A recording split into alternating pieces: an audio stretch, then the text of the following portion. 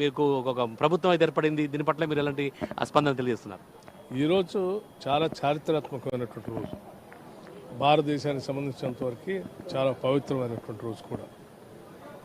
అనేక శతాబ్దాలు పరాయి పాలనలో మగ్గినటువంటి భారత జాతికి స్వాతంత్రం సంపాదించి ఈ దేశ ప్రజాస్వామ్యాన్ని నిలబెట్టినటువంటి కాంగ్రెస్ పార్టీ పుట్టినటువంటి రోజు ఈరోజు.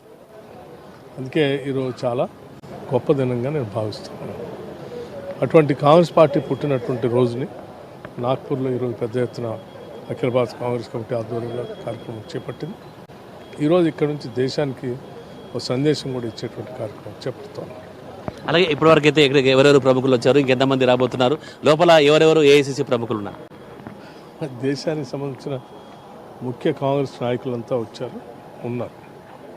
సభ ఎన్ని గంటలకు ప్రారంభం కాబోతుంది? తర్వాత ఇప్పుడే అది ఆల్రెడీ ఏఐసిసి ప్రముఖులు అయితే లోపల ఉన్నారు. ఇంకా అతి త్వరలో కూడా ముఖ్యమంత్రి కూడా రాబోతున్నట్టుగా. ఆ తర్వాత ఈ సభ ద్వారా ఇక్కడ మహారాష్ట్రలో కూడా పూర్తిగా మొత్తం యావత్ దేశాన్ని కూడా తెలంగాణ కాంగ్రెస్ సర్కారు చేపట్టే విధంగా అయితే ప్రణాళిక ఉండబోతుంది. అందుకు తగ్గట్టుగానే ఆ నాయకులు అయితే ఇక్కడ ఏర్పాటు చేసినట్టుగా చెబుతున్నారు.